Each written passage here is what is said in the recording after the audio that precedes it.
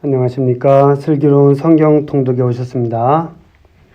신약 성경의 마지막 책인 요한묵시록을 읽을 차례가 되었습니다.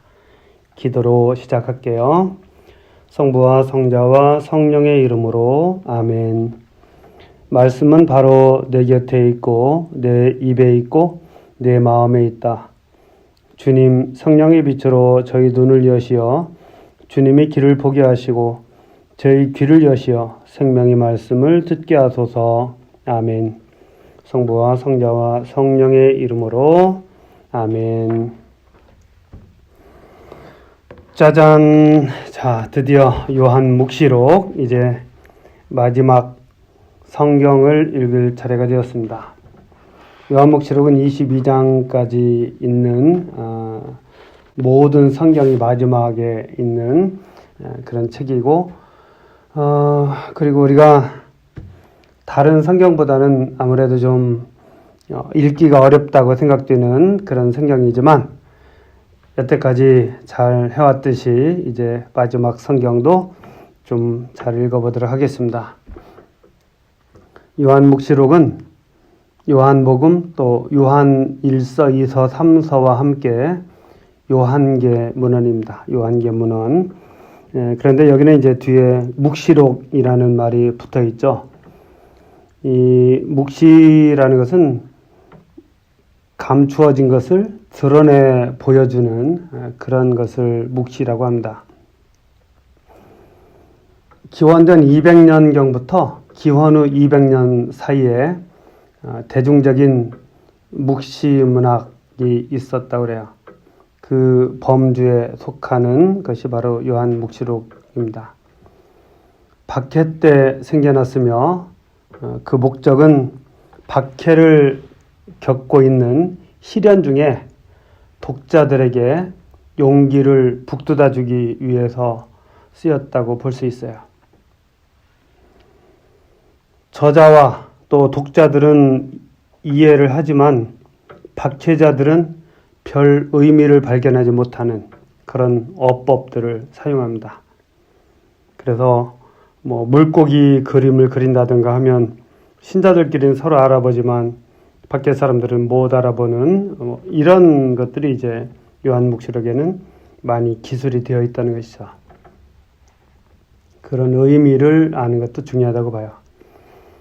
묵시문학은 당대의 사건을 다루었습니다.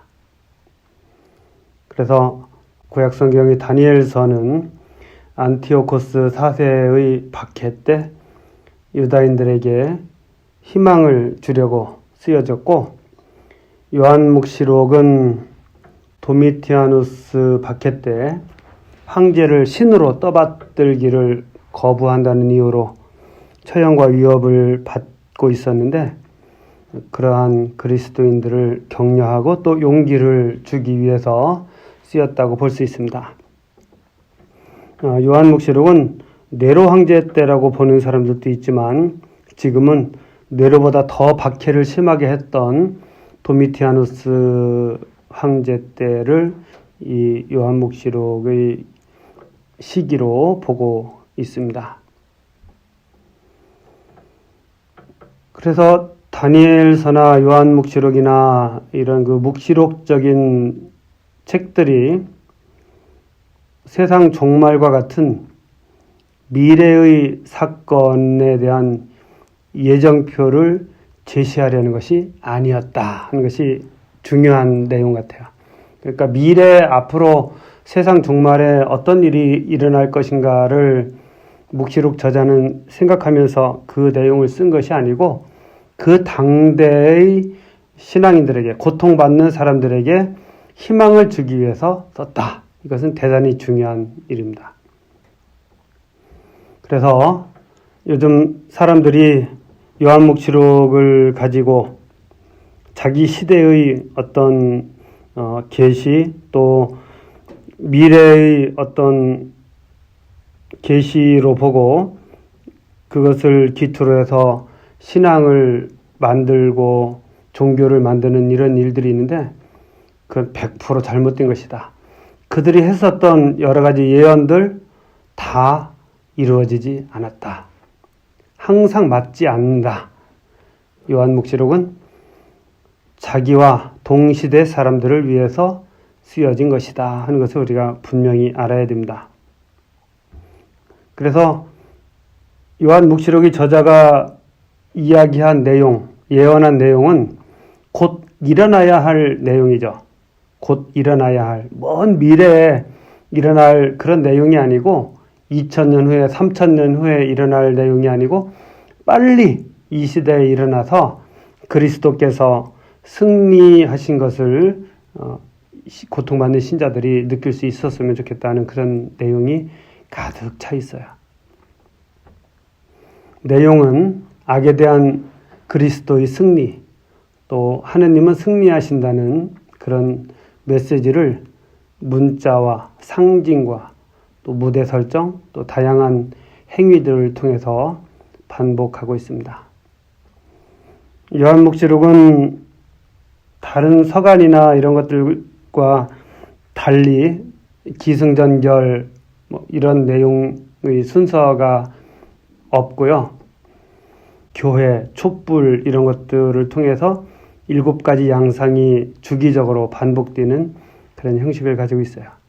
요한묵시록을 잘 이해하려면 문학 형태, 특수 용어, 상징적인 의미들, 그리고 자주 인용되는 구약 성경의 내용들과 좀 친숙해지면 좋습니다.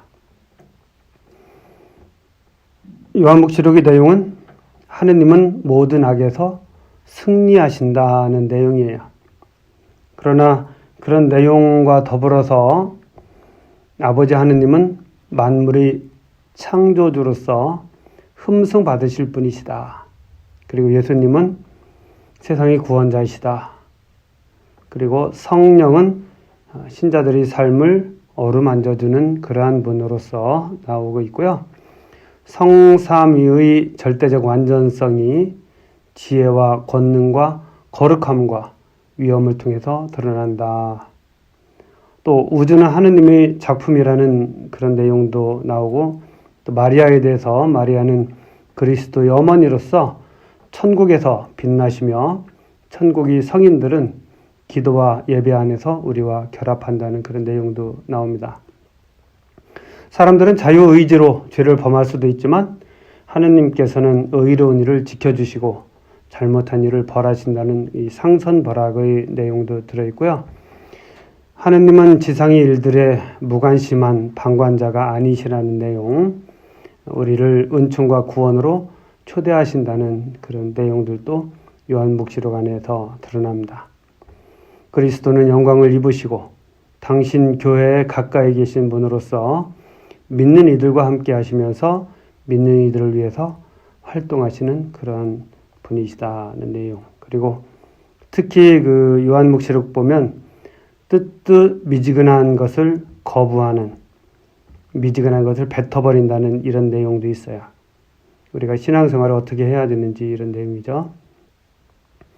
그분은 우리가 용기 있게 사회나 국가의 그릇된 가치에 맞서기를 기대하신다는 내용도 있습니다.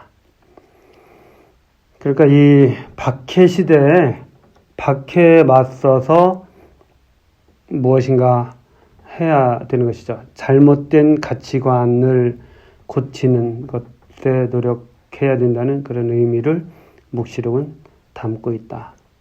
죽음도 마다하지 않으시고 모든 시련을 통해서 우리를 영원한 생명으로 인도해 주실 하느님을 믿으라고 권고하고 있습니다.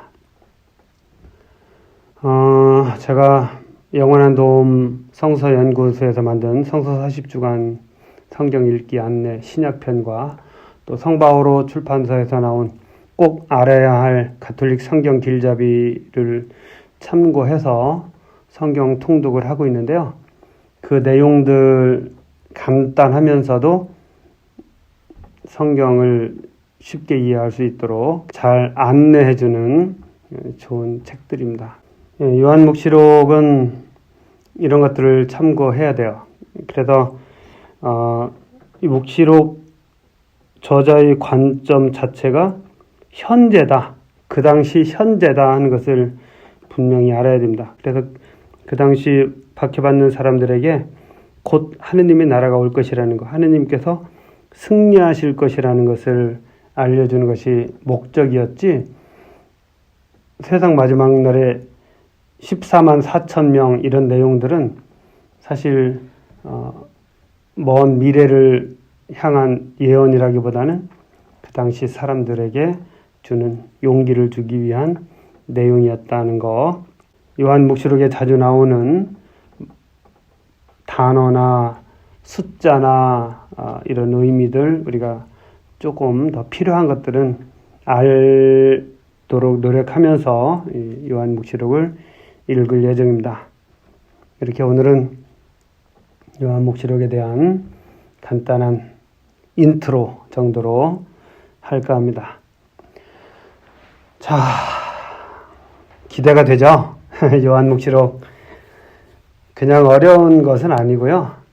그 당시 사람들에게 복음서 저자가 들려주고자 했었던 내용이 무엇인가, 박해를 당하고 고통받는 사람들에게 들려주고자 하는 희망의 메시지가 무엇인가를 생각하면 요한묵시록을 좀 더 쉽게 이해할 수 있으리라 생각합니다. 자, 오늘은 여기까지 서론 정도로 하도록 하겠습니다. 성부와 성자와 성령의 이름으로 아멘. 말씀은 내 발의 등불이요 나의 길에 비추옵니다.